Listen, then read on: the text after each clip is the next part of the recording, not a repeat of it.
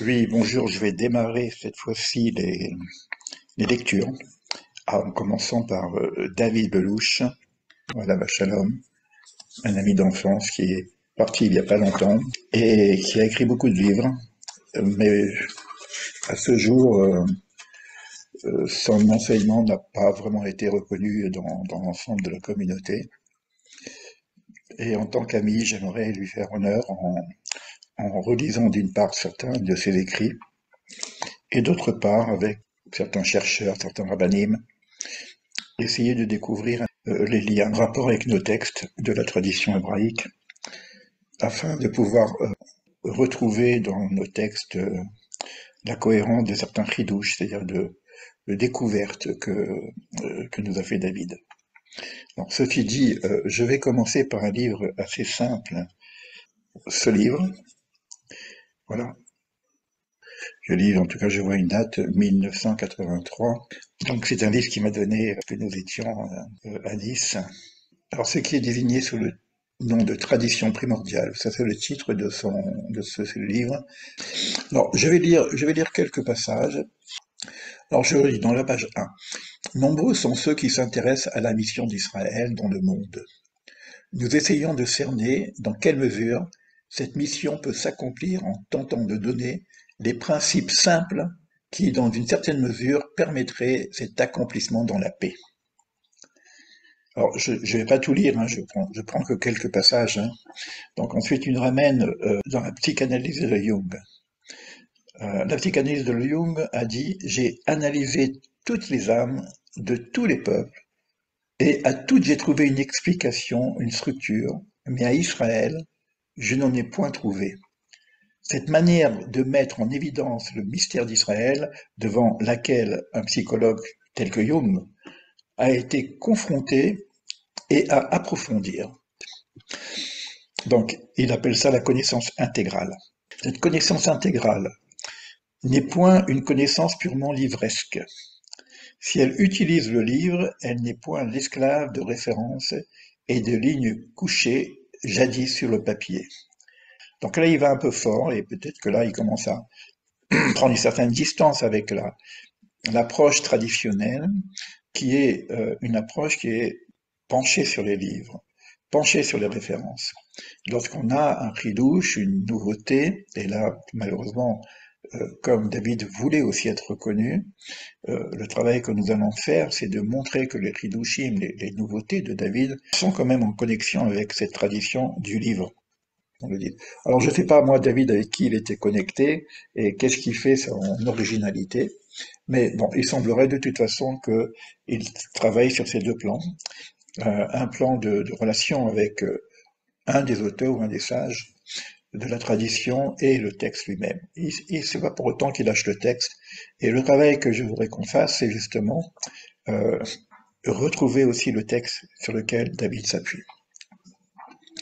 Donc, on va parler maintenant, donc, il va parler de tradition primordiale. Si l'on prend la peine de se pencher sur les écrits sacrés des nations de la terre, de toutes les nations, Israël inclus, et de se livrer à une analyse comparative, nombreux éléments apparaîtront tout de suite à l'œil du chercheur qui constatera de nombreuses correspondances, souvent complémentaires, s'expliquant et s'éclairant l'une l'autre. Il se positionne plutôt à l'image de René Guénon, bien qu'il va revenir quand même à cette idée que tout est dans la Torah, mais que dans la mesure où on prend la Torah intégrale, comme il dit. Et là, il faut faire une différence entre, comme il explique, ce qu'on appelle l'exotérisme, la partie extérieure de la Torah, de la partie intérieure qu'on appelle ésotérisme.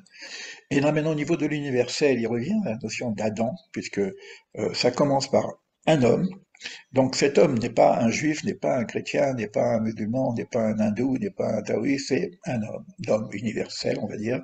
La Torah nous présente un homme et un seul à l'origine de l'humanité, qui sous les diversités du Créateur donne à chaque créature son nom, mettant l'accent avant l'heure sur l'étude des noms, des mots et des langues, donc de la linguistique. Donc on est aussi dans une démarche du langage, donc de la linguistique et de la sémantique, comme principe de compréhension du lien existant entre les événements, les noms et les mots, qui les désignent ayant pour commun auteur Adam.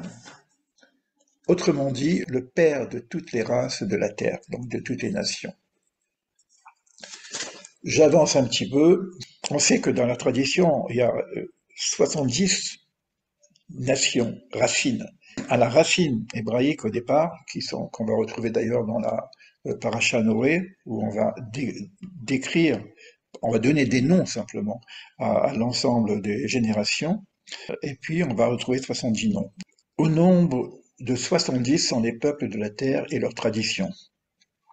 La Torah nous dit dans Shemot, l'Exode, 70 âmes de la famille de Jacob descendirent en Égypte, berceau des civilisations, où Joseph siégeait en vice-roi. Donc on va avoir un rapport entre ces 70 nations et les enfants de Jacob qui vont en Égypte, qui sont une sorte de microcosme de l'universel. En relation avec l'Égypte, et c'est David qui va ajouter cette chose-là, et là il nous ramène donc avant son ascension au trône, Joseph eut dans la même nuit la révélation des 70 langues, par l'intermédiaire de l'ange Gabriel. C'est aussi un ange, un mentor qui arrive à influer aussi pas mal de gens qui sont dans cette mystique. Et là, on est avec, quand on dit 70, on est vraiment à la racine de chaque langue, donc l'essence de chaque langue, ce qui lui valut d'être baptisé par Pharaon sous le nom de Tsaphenat Paena. Et ça veut dire quoi ce terme, c'est ce surnom de Joseph qui signifie l'interprète des mystères du Sphinx. Donc ce nom mystique attribué à Joseph par Pharaon est la clé du lien qui unit la tradition judaïque et la tradition égyptienne, qui en est la mère que nous savons, comme l'explique, bon là il reprend une autre référence, donc le Maharal de Prague, il dit qu'Israël est aussi comme un cœur parmi les nations, et il ajoute la tradition égyptienne ainsi que son code hiéroglyphique et l'alphabet hiératique ayant pour auteur Hanor, connu sous le nom égyptien de Thoth, sous le nom grec de Hermès, Idris en perse, Sri Krishnachen en Inde, constructeur de la pyramide de Khéops, qui dévoila différents aspects de l'alphabet. Et donc, on parle de Chinour, Hanor. Il va nous ramener tout à ça, il va nous ramener ça aussi avec Hanouka. Mais déjà avant de Hanouka, vous voyez le lien que David fait. Donc évidemment, David a étudié tous les livres un petit peu de, comment dire, ésotérique, initiatique plutôt même qu'ésotérique de l'Égypte, en tout cas notamment Hermès le Trismégiste et Thoth. Et donc il ramène ça quand même à Hanor, qui est prédéluvien quand même. Hein. Donc il faut voir le lien avec l'Égypte de l'époque prédéluvienne. Et donc ces enseignements traditionnels ont été transmis à Noé et qui ont été ensuite transmis à ses trois enfants, Ham, Yafet et Shem. Donc il va y revenir et il va essayer de trouver l'unité entre ses trois enfants en évitant d'exclure un de ses enfants, comme on le verrait dans la tradition littérale de Ham. Mais là, pour l'instant, il revient à Hanouka, qui serait donc, qui devient Hanouka, Hanor. Évidemment, il fait un lien entre Hanouka et Hanor. Donc, il y aurait un lien ésotérique entre la fête de Hanouka, on y arrive bientôt d'ailleurs, ça peut être aussi un thème d'étude, et Hanor, donc, dont elle rappelle la mémoire. Il parle des 8 lumières de Hanouka et la lampe témoin se voyait préfigurée dans la tradition égyptienne par les 8 arêtes de la pyramide et de la pointe supérieure en souvenir d'Enoch, Hanor, constructeur et légateur de plans que Joseph réalisa. D'où la racine Hanor apparentée à la fête Hanouka, correspondant également à la paracha de la semaine traitant de la sortie de Joseph de prison et de son ascension au trône de vice-roi d'Égypte. Donc on trouve ça dans la paracha de Miketz.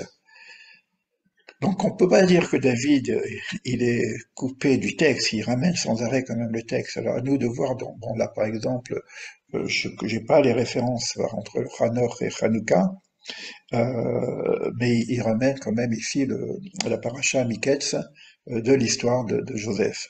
La force de Joseph fut donc de retrouver dans sa langue maternelle, l'hébreu, dans l'Égypte, le berceau des civilisations, la connaissance primordiale qu'Enoch avait transmis, mise en forme et adaptée au cycle adamique.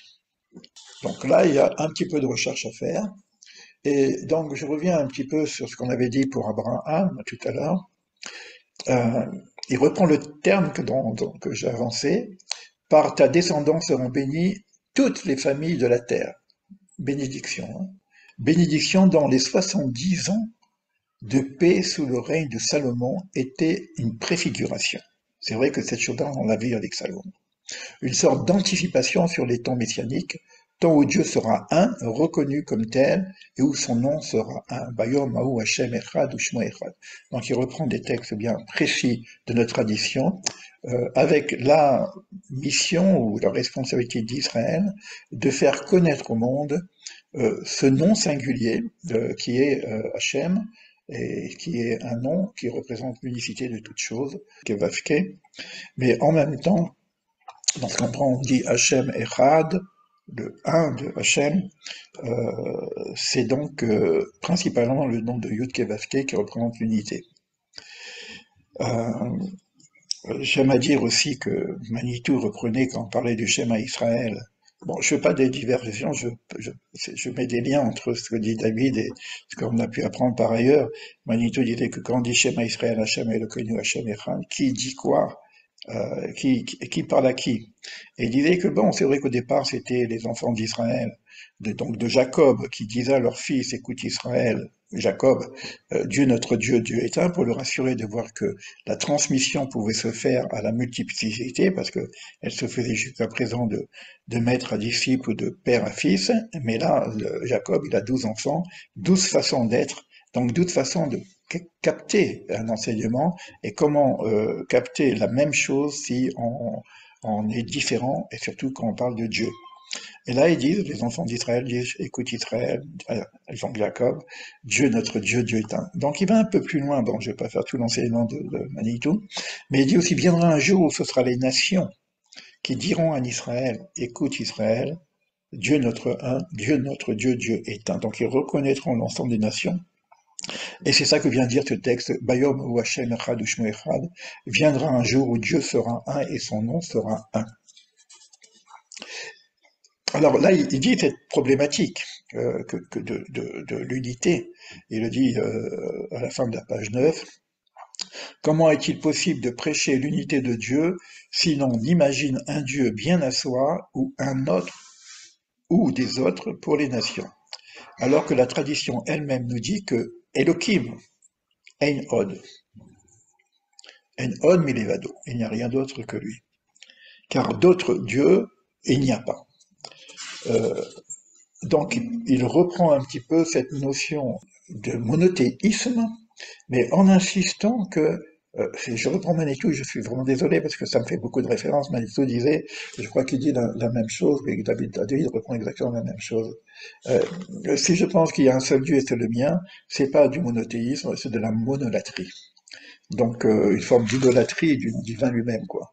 Donc le nom, donc c'est ce nom-là dont on parle, et David donc le développe.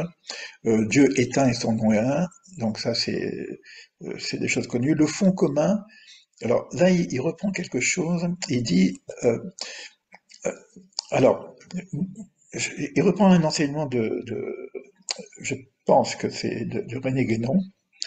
Euh, on va dire qu'il y a une tradition mère et des traditions filles. Donc, et René Guénon disant qu'il y a la tradition mère, la racine, c'est la tradition primordiale, et tous les autres, ce sont des traditions, il ne dit pas la tradition fille, tradition secondaire. Donc on a une tradition primordiale, et l'ensemble des traditions qui sont collées à cette tradition primordiale s'appellent des traditions secondaires. Donc là, il utilise le mot fille. Et donc tous les peuples, c'est pour ça qu'il dit que c'est la tradition primordiale qui donne racine à des signes qu'on va retrouver dans toutes les traditions. Donc ce serait un fond commun de tous les peuples que les ésotérismes traditionnels nomment tradition primordiale. Alors là, il reprend un midrash que je ne connais pas, que les Midrashim, je ne sais pas lequel, et la Masorah, ou l'hermétisme juif, nous définit comme une sorte de Kabbalah pré-torahique. Et là encore, c'est évident qu'il y a quelque chose avant la Torah. La Torah, dans l'histoire, dans la révélation de la Torah, elle vient après la sortie d'Égypte. Mais les Hébreux eux-mêmes, en tout cas nos patriarches Abraham, Isaac et Jacob, avaient déjà aussi une Torah, mais une Torah qui était non révélée encore. Et si on monte plus haut, on parle du livre d'Adam. Donc ce livre d'Adam qui a été transmis de génération en génération, justement ce livre d'Adam qui a été transmis à Eletoldot Sefer Adam, on parle du mot Sefer, il y a donc vraiment une tradition qui s'exprime par le mot Sefer, livre, qui va depuis l'origine des temps et qui va traverser les temps. Alors, là, c'est vrai, on connaît l'enseignement qui passe d'Adam à Hanor, et ensuite à Noé, après le déluge. Bon, il a sûrement reçu avant le déluge, mais il repart avec ce livre. Et puis Noé, évidemment, il retransmet ça à ses enfants. Et puis de génération en génération, on a toute la tradition, la transmission de cette Torah euh, Kabbale pré-messianique. Et donc il ramène évidemment la transmission, donc il dit Adam, Seth, Hanor, Noach, et de Noach, Shem, Abraham, Isaac, Jacob. Les patriarches y sont initiés, et donc qui est l'initiateur, quoi, euh, qui transmet cette tradition pré-toraïque, c'est Melchisédek, qu'on retrouve également dans la Torah, le roi de Shalem, un ancien nom, donc Shalem c'est Jérusalem. Euh, Or, Shalem signifie intégralité, c'est-à-dire qu'il pense que Melchisédek avait cette Torah des 70 facettes, on pourrait dire ça comme ça, puisque même quand on recevra la Torah, on parlera de Shivim Panim la Torah, 70 facettes de la Torah. Donc c'est un peu cette idée qui revient ici, mais qui existait avant même la révélation. Shalem, c'est aussi Shalom, c'est cette unicité des 70 facettes de la Torah qui va être représentée par les 70 nations. Euh, alors Manitou encore, c'est très proche de Manitou quand même, disait que chaque nation est comme une perle, a une valeur très spécifique. Donc il y a 70 perles comme ça, et le rôle d'Israël serait le fil qui relie l'ensemble des valeurs, ce qui s'appelle l'unité des valeurs, pour en faire un collier. Donc on retrouve un petit peu cette idée-là. Donc ainsi il nous a été donné d'être les dépositaires, non pas de la tradition primordiale, il y a elle-même, parce que la tradition primordiale, on va la retrouver dans une certaine partie de la Torah, mais en quelque sorte de la clé principale donnant accès au coffre dans lequel sont conservées les 70 clés qui sont les Shivim Panim dont j'ai parlé de la Torah, les 70 facettes de la Torah, et cela pour le bien de l'humanité, pour apporter au monde tout autant qu'à nous-mêmes le remède de tous les maux que cause la confusion des langues qui a été faite à Babel. On peut dire que toutes les clés sont dans la Torah, mais qu'elles ne se révèlent que dans la mesure où elles sont destinées à servir à celui qui veut être disciple d'Abraham. Et donc il revient à mon idée de l'arche d'Abraham, de la filière d'Isaac et de Jacob, c'est-à-dire une mission qui a été confiée par ordre de nécessité de rétablir l'unité et le monothéisme des origines. Cela ne signifie nullement qu'Israël ait l'exclusivité absolue dans cet accomplissement. C'est-à-dire qu'Israël seul ne peut pas le réussir. D'où la nécessité d'avoir une relation Israël-nation pour arriver à cette notion d'unité,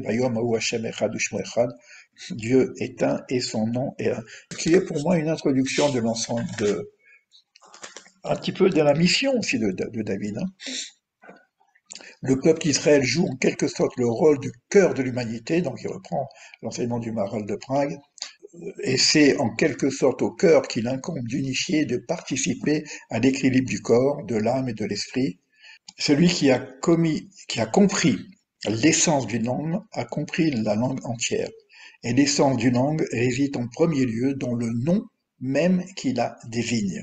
Alors évidemment, on pourrait travailler sur le nom de chaque tradition pour trouver la valeur spécifique de chaque tradition, et donc on fera un collier, et on va voir que l'hébreu lui-même contient ces 70 facettes, et donc la racine de l'hébreu, ivrite, vient de la racine la'avor, du verbe la'avor, harim, bet, resh, qui est aussi une notion de passage, passage d'un état à un autre état, de la même façon que Abraham est passé d'un état à un autre état, d'ailleurs il s'appelait Abraham, il s'appelait après Abraham, il traverse le fleuve, il a 10 épreuves, etc.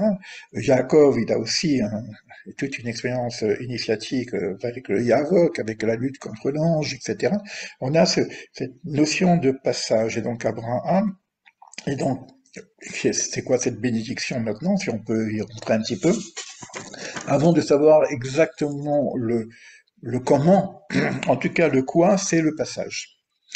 C'est d'accompagner, c'est d'accompagner d'une rive à une autre rive, de la même façon que le peuple d'Israël a ensuite traversé la mer. Donc on voit bien qu'il y a un passage symbolique et initiatique, et qui serait donc dans la racine de, du nom de la langue hébraïque, donc l'Aravor ivrite. Alors là, il dit, bon, on l'a déjà dit, mais je le reprends dans ces termes, la démarche traditionnelle consiste à reconnaître que les similitudes symboliques existant entre les traditions dérivent de la tradition primordiale. On a un petit problème là-dessus. Je vois qu'il l'a noté, que comme René Guénon en parle aussi, ce travail a un risque, mais le problème de synthèse, c'est qu'on risque de tomber dans une forme de confusion et qu'on appelle le syncrétisme.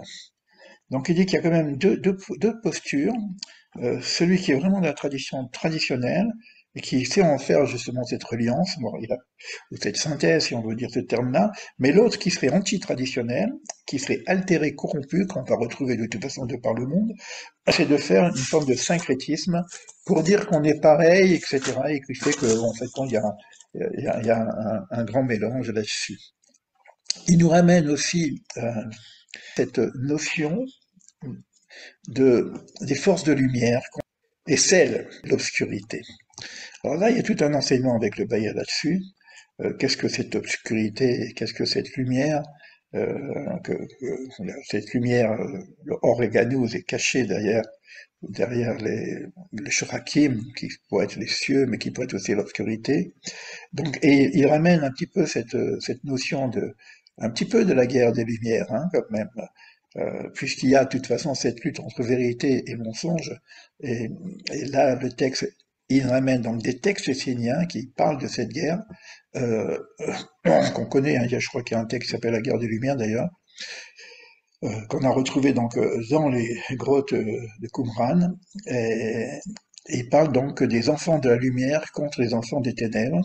Cette guerre semble, comme le confirme le Zohar, alors le Talmud, alors au niveau du Zohar, il parle donc bah oui, le Sifra Desinuta, le livre du secret, on peut dire. On retrouve aussi un petit homme dans Bereshit. Alors pour Hagiga, donc c'est dans 13b, là il a donné la référence, hein. Donc vous voyez que... Et dans le traité Sanhedrin, bah, ça nous demande d'aller voir. Voilà, pour les personnes qui veulent euh, participer à cette recherche, je vais en faire un petit peu avec nos rabbinim. Donc dans Sanhedrin, on a plusieurs passages, 92a, 93b, 94a et b, qui parlent donc de cette chose-là. Alors il dit encore toutes ces traditions en des termes quelque peu différents, euh, parlent de cycles innombrables, donc ça c'est encore autre chose, précédant ce cycle d'humanité actuelle. Donc on sait que dans la Torah, il y a cette idée-là que qu'on est dans, il y en a qui disent qu'on est le quatrième cycle, des choses comme ça, que Dieu aurait créé plusieurs mondes avec notre monde. Et ces traces, on les retrouve bon, dans certains midrashim, mais également dans la civilisation égyptienne, dans la civilisation amérindienne, chez les Incas, chez les Mayas, chez les Toltecs, chez les Aztèques, reprendront ces traditions, non pas oui, pré-adamiques, c'est-à-dire avant notre propre humanité. Alors, maintenant, au niveau de la tradition primordiale, je regarde encore deux, je vais continuer, comme ça j'aurai tout fait. Les traditionalistes des nations font dériver la tradition primordiale des méritants, rescapés des différentes genèses chargées d'un cycle à l'autre. Donc, il y aurait des méritants, des choisis, qui seraient chargés de transmettre à ceux qui sont capables de recevoir, de transmettre les cycles d'avant, que Dieu avait transmis aux origines. Bon, là, c'est intéressant parce que c'est peut-être la particularité de David, puisque vous allez voir dans les conférences qu'il a fait, il va ramener quand même des choses qui sont difficiles à trouver dans les textes, dans la mesure où ça viendrait d'une tradition orale de transmission, mais qui viendrait d'un antécédent à notre propre cycle. Là, il reprend un petit peu l'ensemble des cycles et des sous-cycles qu'on retrouve également bon, dans nos traditions hébraïques, mais aussi dans les Védas hindous. Donc on parle de l'âge d'or, de l'âge d'argent, de l'âge d'airain, de l'âge de fer, dont l'échelle dépasse le contexte de la Terre. Alors je regarde la référence qu'il donne ici, si ça peut nous aider, que ces traditions auraient été transmises pour reprendre des propositions aussi bien extraterrestres. Et il dit que rien dans la Torah ne s'oppose à la vie extraterrestre. Bon, c'est vrai qu'on ne peut pas savoir. C'est évident que quand on a des milliards, des milliards, des milliards de galaxies, il y a peut-être certainement d'autres vies. Mais après, pour les scientifiques, c'est la connexion compte tenu du temps entre nous et ces vies potentielles. Donc il y a des différences. Mais bon, c'est vrai qu'on peut imaginer qu'avant ces temps-là, ils avaient des moyens de locomotion autres que ceux que nous avons, et ils n'étaient certainement pas limités à la vitesse de la lumière. Mais bon, là, j'anticipe un petit peu. Euh, c'est peut-être sa singularité. C'est intéressant de voir comment dire, ces fondamentaux, parce que c'est au début. C'est David, il y a plus de 40 ans quand même. Donc il insiste encore, évidemment, sur une tradition pré-adamique presque, et qui serait aujourd'hui dans cette tradition primordiale qu'on aurait perdue. Donc il reprend que c'est le courant messianique qui doit continuer ses révélations, et en même temps, comme c'est marrant parce qu'il y a encore un élément de Manitou. Manitou disait que dans le temps messianique, la Torah sera aussi une Torah pour les nations, c'est-à-dire qu'une Torah adaptée à l'ensemble des traditions. Donc, c'est pas simplement l'enseignement des nez noirs, à mon sens. Hein. Je ne pense pas qu'il parle que de ça. Je parle qu'il parlait de peut-être d'Abraham justement. Par toi seront bénis cette bénédiction pour les nations. C'est peut-être leur remettre une Torah selon le langage de la tradition. Et David a travaillé aussi sur différents langages. Euh, donc, il dit ainsi, par un certain processus, la Torah se traduit dans un langage qui s'adapte à tous les êtres de la création qui veulent bien l'entendre, à tous les peuples, en parlant à chacun son langage sous le nom de Chorma.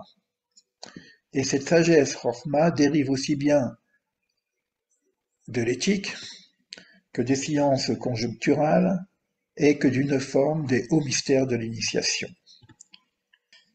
Et donc l'hébreu serait donc une clé. Et là, il pense que ces éléments-là ont été transmis par Abraham d'ailleurs, dans le Sefer Yetzirah. Donc il faut reprendre le Sefer Yetzirah par rapport à ça. Donc il reprend encore la notion. Ah oui, il dit quelque chose d'important aussi. Ouais. Ça, je vais en reparler peut-être avec Rabbi Pinchas. Oui, donc là, je dois réfléchir un petit peu pendant que je lis.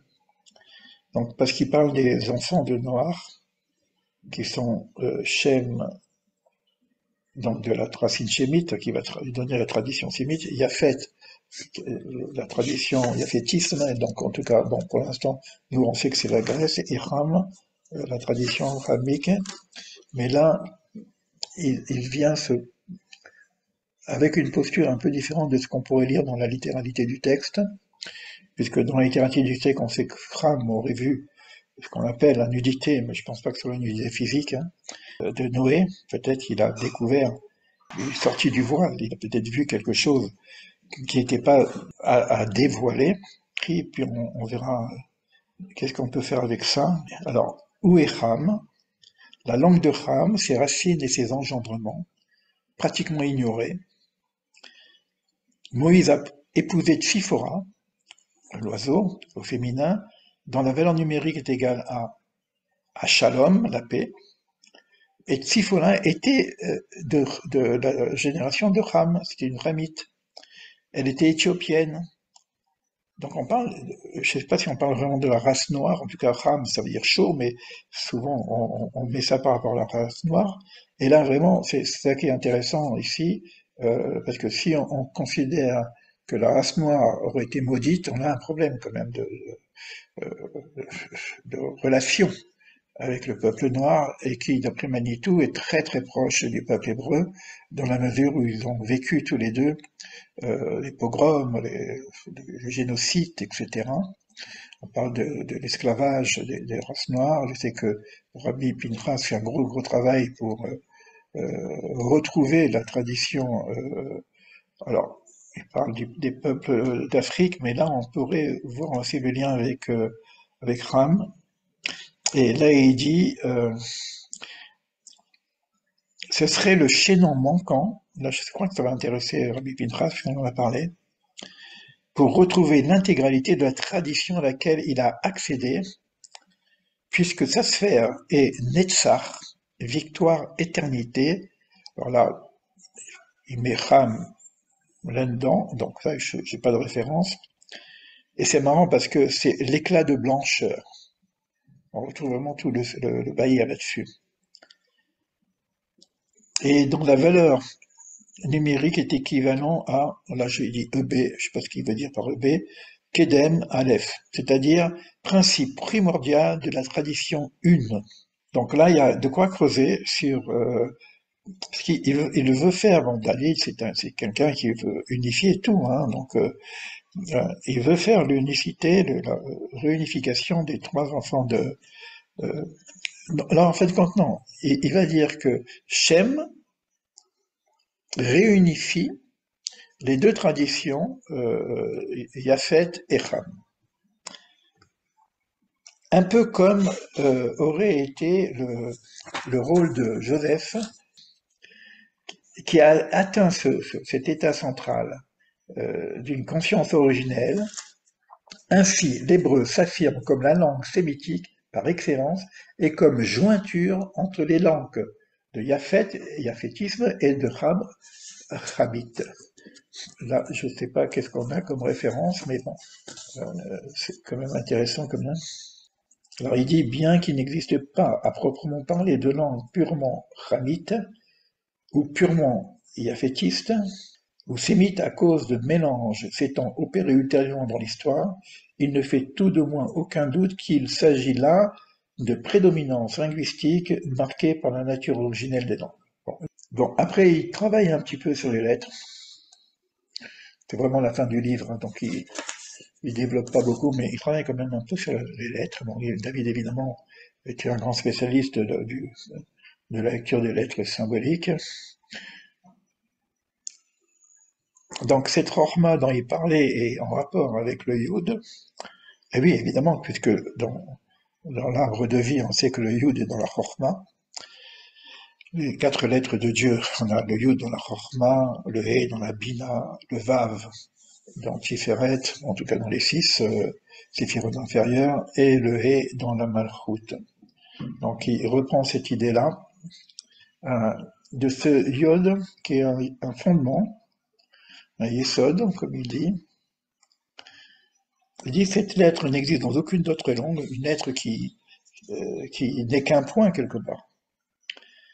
Donc il fait la relation entre, parce que le vav, ce serait un point qui grandit, donc on a le point et puis la droite, qui serait représentée par le vav, et qui ferait donc le rayon du cercle.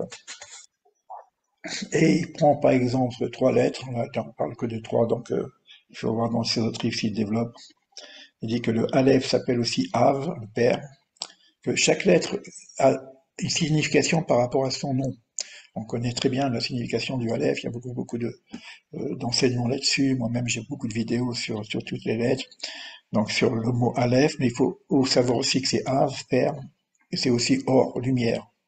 C'est aussi Esh, feu. Donc, c'est ce qu'on va retrouver dans la symbolique du Aleph. Le Bet, c'est aussi, bon, on sait Bet, c'est Bina, etc., mais c'est aussi maison. En tout cas, il parle de Bina, intelligence, Bria, la création, et Bahir, l'éclat.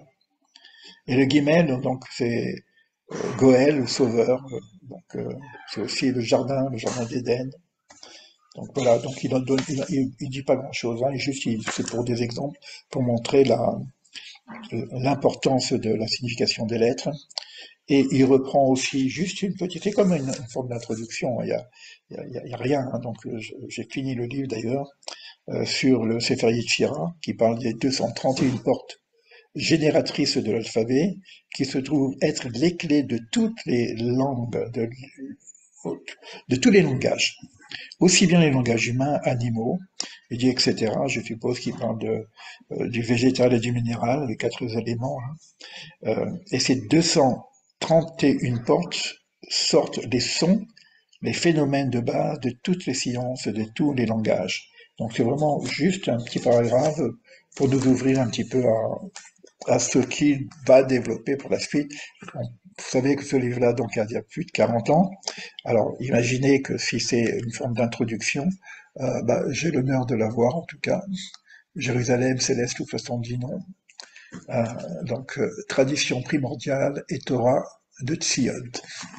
Voilà pour ce premier livre. Et puis pour la suite, bon, c'est simplement une idée du travail que je vais faire. Je vais le faire aussi avec d'autres auteurs. J'en ai parlé à Rachriki pour faire ça avec son livre, parce que Rachriki viendra certainement euh, travailler avec nous au niveau des enseignements. Je prends le livre de la métaphysique de l'unité chez le Ramchal, bon, qui sera ma prochaine lecture. Voilà pour la nouveauté. Allez, je vous dis à bientôt.